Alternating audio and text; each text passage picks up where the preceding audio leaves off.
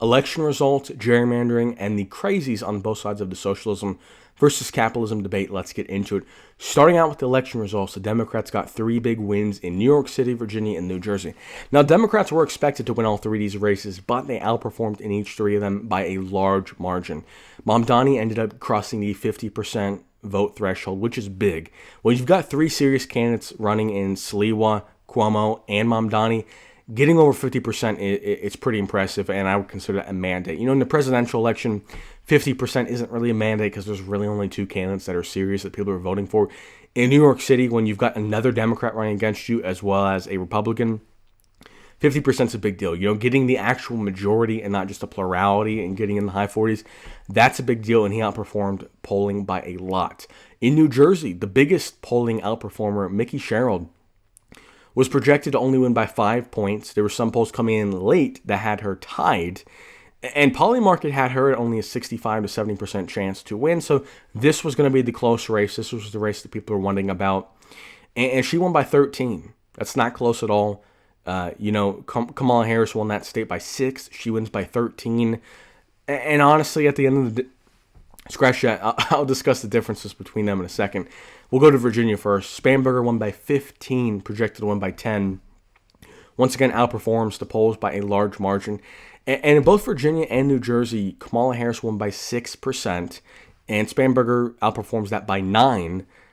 Mickey Sherrill outperforms her number, Kamala Harris's, by 7. So, big difference. And at the end of the day, I don't think people can really say that these candidates, it's because of these candidates. I think it's just we don't like who's in power right now. We want big change. I think it's that simple. I don't really think it mattered what style of Democrat you ran, who it was, if it was a man, if it was a woman, if it was whoever. I think when people, and both these are Democratic states, obviously, but they're kind of lean Democrats. They're not stronghold Democrat states. But I think, we look at Mamdani, he outperforms. He's pretty far left. We look at 2 more centrist candidates. They both outperform as well. I don't know how much it matters specifically what you run. I think it's more timing. The marketing obviously matters, not pissing off any of your major coalitions and getting them to turn out to vote matters. But I don't really know how much it matters specifically what you do. In 2028, assuming Trump's approval rating stays low and below 35%, that means the majority of America is either 100% voting for the Democrat or at least open to voting for the Democrat. That's a winning formula. Whoever runs for the Democrats is probably going to win. Now, maybe Trump resurrects his second term and gets his approval rating high into the mid to high 40s, then maybe, the Republican can win. But at the end of the day, the country looks at, are our leaders, and right now the leaders are Republicans, do I like what's happening, yes or no? If yes, then I probably vote for the Republican. If no, then I'm going to vote for the Democrat. It's always, always, always way easier to say, I'm the outsider, I'm going to change stuff. You look at the Republicans and say, why haven't you done it yet? And vice versa. Going into the 2024 election, we can say, I'm not happy with how the country is being ran. It's being ran by Democrats. Anything you say to change, I'm going to say, why haven't you done it yet? So it's kind of an auto win, unless the current party in that state is just doing phenomenal. Like, for example, in Virginia did have a Republican governor. So that could, to some degree, if they're just hitting it out of the park and killing it, that could be kind of a game changer. If that person is so popular, people can say, well, I don't like Trump, but I do like the current governor of Virginia is Glenn Youngkin. I like Youngkin so much, and I'm going to go with another Republican, even though I voted for Kamala Harris. That could happen. Not super likely, especially in this day and age, but that's probably not going to happen. It's probably just going to be a reaction to the president for the most part. Now, discussing gerrymandering, another big thing that was voted on yesterday was Prop 15 California, which allows them to gerrymander their state. Now, at the end of the day, everybody complains about gerrymandering. Republicans are complaining, this is unfair, this is changing, blah, blah, blah, blah. Look, it doesn't really matter. It doesn't matter. Republican states gerrymander, Democratic states gerrymander, and before people say, they do it more, neither side does it more. Right now, currently, Donald Trump got 50% of the vote. The House of Representatives is 51% Republican. The Senate is 53% Republican. Now, there isn't any gerrymandering with senators. It's just 2 per state. So you can't say gerrymandering there. So Trump got 50% of the vote. The Republicans have 51% of the House. I don't really see gerrymandering at a nation level that's benefiting one side or the other. I don't see any side getting a big advantage. It seems pretty even. Trump barely won the election, and Republicans barely have the House. I can't see what would people want. Maybe you want each individual state to be more fair. Cool. It doesn't really matter at the end of the day. Like, the whole point is you get the president, you get the Senate, you get the House, and the more popular that administration is, the more of a mandate they have. If Trump and the Republicans had a true mandate, they wouldn't need the Democrats to sign off on a continuing resolution. They would be able to do whatever they want. The whole reason the government shut down right now is because Trump won a razor-thin margin, and the House of Representatives is gerrymandered evenly, so they have a razor-thin margin in the House, and they can't get anything passed. So I think it's perfectly fine the way it's being done. Maybe ideally you've got an independent third-party person that does the whole country. That would make the most sense. If you're going to do the whole country, so that inevitably when you have some unbalanced stuff in one state, you can kind of correct it, because you can't have a perfect map. If you've got 50% of states Democrat, 50% Republican, and you've got, let's say, 50 House of Representative seats, you can't draw the map to make it 25 and 25 consistently. Maybe it'll happen occasionally, but most years it's going to be 27, 23, and that's going to be scattered throughout the whole country. So it evens out. People need to stop complaining about it. It's not a big deal.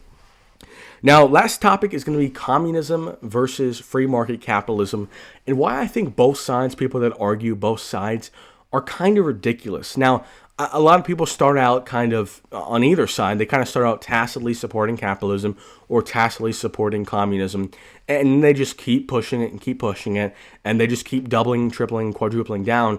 And then you get to a point with communism where obviously you want a stateless, classless society where no one owns anything, there is no private property, and it's just like, is this a third world country?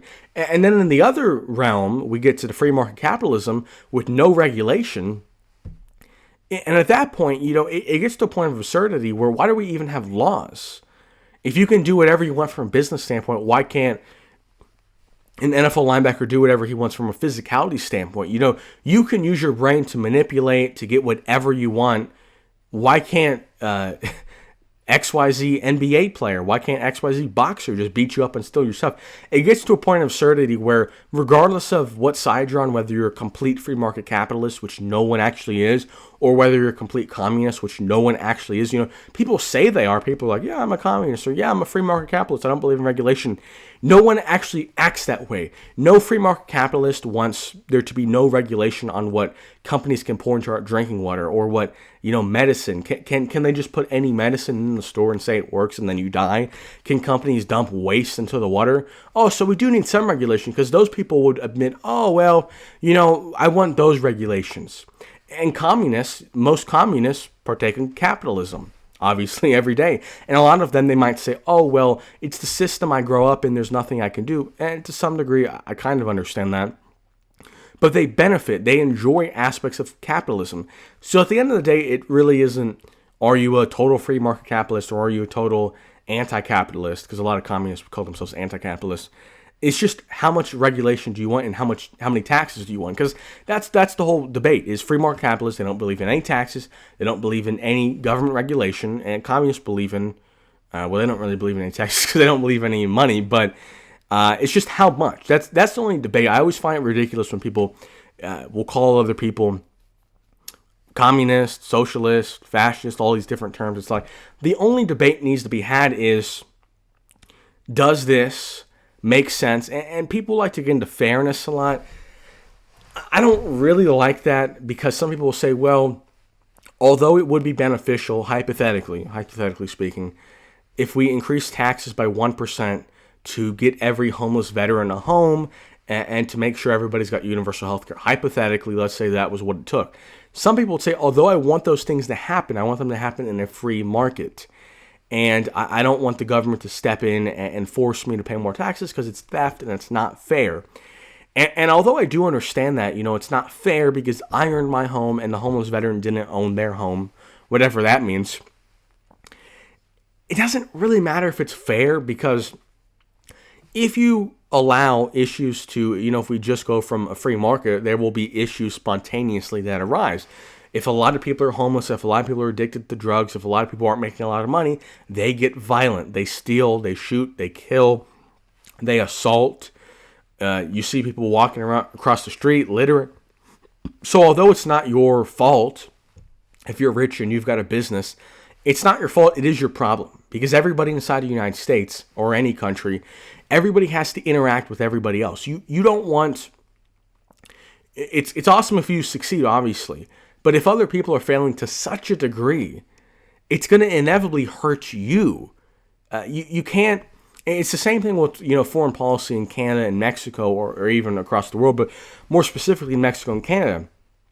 Obviously, as an American, I want us to have good trade agreements, and I want us to weed out the criminals and just do everything to make the United States better. But that doesn't mean you be short-sighted, and that doesn't mean you conquer Mexico. Because if you beat down Mexico so badly and you hurt all their markets and you hurt all their manufacturing and we're not buying anything from Mexico, then there will be problems that will spill over into America. That's the same thing with if you're a rich person, you don't want to pay more taxes because it's like, oh, I earned my money, and if those people can't earn it in a free market, they don't deserve it. That might be true from like a logical standpoint. It's a free market. If I give you money to buy X service, it's a consensual market and nobody loses. And I do understand the argument, but you will suffer. If we were to cut taxes, let's say everybody paid 50% less taxes, social services would fail. Teachers would get fired, firefighters would get fired, policemen would get fired, people would lose SNAP. So it's like, yeah, it might not be fair for rich people to pay more taxes. Sure, I could acknowledge that. But inevitably, we need to be trying to prioritize everyone's general well-being. And it is a balance for sure because, some communist people would say, well, that means that we shouldn't have a marketplace. Everybody should get the same health care. Everybody should have the same levels of food quality. Everybody should have the same level of everything. But I also don't think that's even the best way because everybody likes their freedom, obviously. And it obviously caps innovation as well. If no one can get any benefit from working extremely hard and from working with other people to build a great product that improves people's lives, well, then we're just kind of living like cavemen. There's no incentive. Everybody just kind of talks communally. Everybody's just doing just enough to survive. So I don't think that's the best way to see everybody thrive necessarily. I think there obviously has to be some sort of middle ground, and every issue needs to be tackled individually.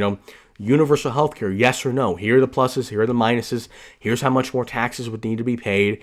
If your taxes are getting raised, here's why it would help you. A lot of people leave that part out. People say tax the rich. We don't like the billionaires. We hate the billionaires. The only bad people are billionaires. Okay, cool. But why should the billionaires give up their money? Can you make a compelling and convincing case on why they should want to do it?